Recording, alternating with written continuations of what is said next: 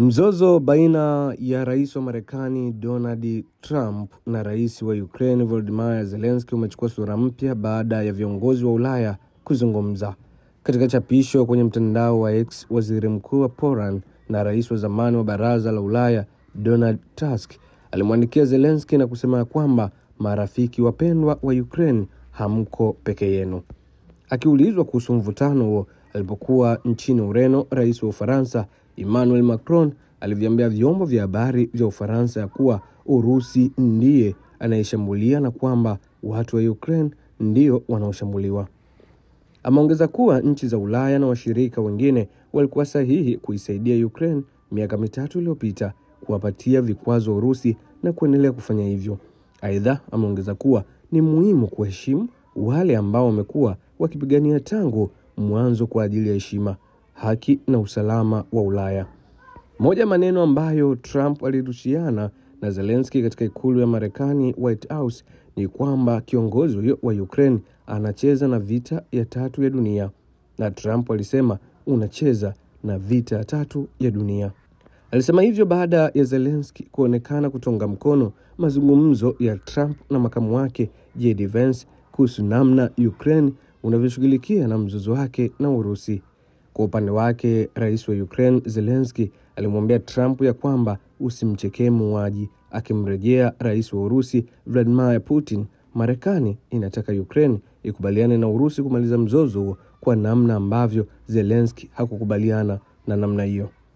Awali, kwa mujibu wa mashirika mbalimbali ya habari ikiwemo kutokea kule Marekani, walibainisha kwamba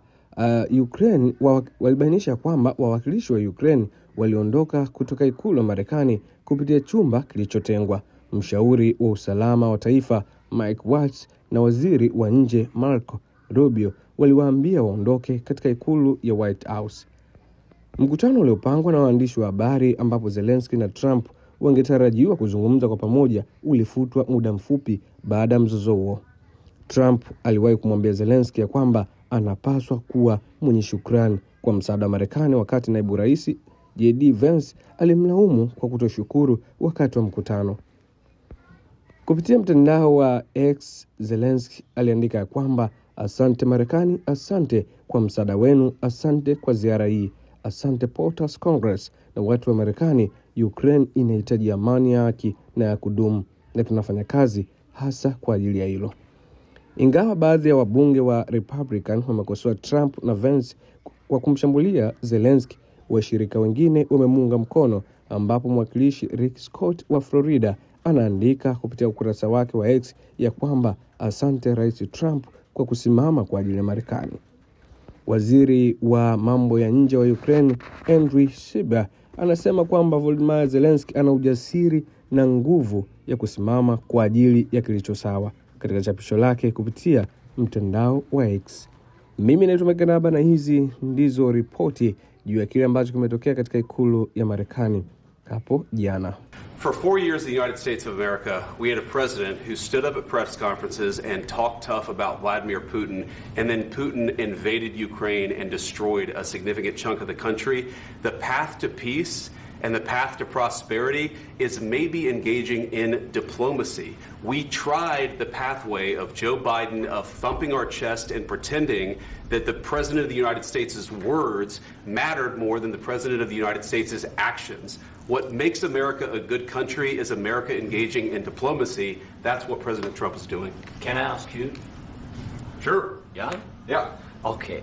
So he occupied our parts, big parts of Ukraine, part of East and Crimea. So he occupied it on 2014. So during a lot of years, so I'm not speaking about just Biden, but those time was Obama, then President Obama, then President Trump, then President Biden, now President Trump, and God bless, now President Trump will stop him. But during 2014, nobody stopped him. He just occupied and took. He killed people. You know what the contact 2015. 2014 and 2014. Yeah. So I was not here. Yeah, but that's exactly right. Yes, but during 2014 till 2022, yeah, the situation the same. The people have been dying on the contact line. Nobody stopped him. You know that we had conversations with him, a lot of conversation, my bilateral conversation, and we signed with him, me, like a new president. In 2019, I signed with him the deal. I signed with him, Macron and Merkel, we signed ceasefire. Ceasefire. All of them told me that he will never go. We signed him with gas contract. Gas contract. Yes, but after that, he broken this ceasefire. He killed our people and he didn't exchange prisoners. We signed the exchange of prisoners, but he didn't do it. What kind of diplomacy, JD, you are speaking about? What do you mean?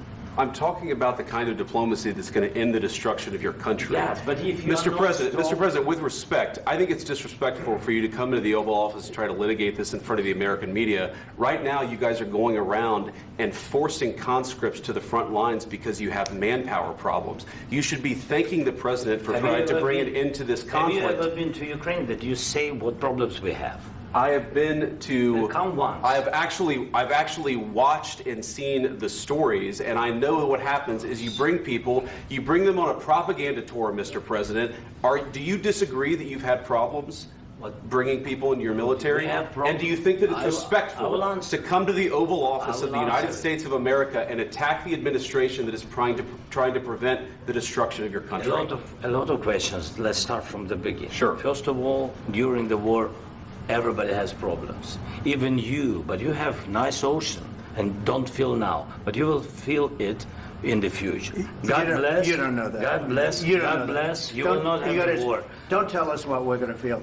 We're trying to solve a problem. Don't tell us what we're going to feel. I'm not telling you. Because you're in no position to dictate that. That's exactly what Remember you're this. doing. You're in no position to dictate what we're going to feel.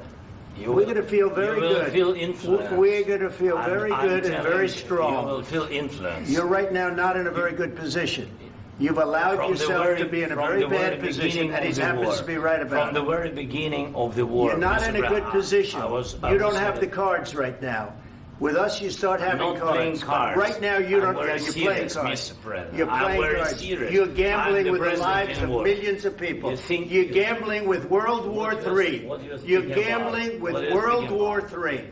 And what you're doing is very disrespectful to the country, this country. That's back to you. Far more than a lot of people said they should have. Have you said thank you once? This entire meeting?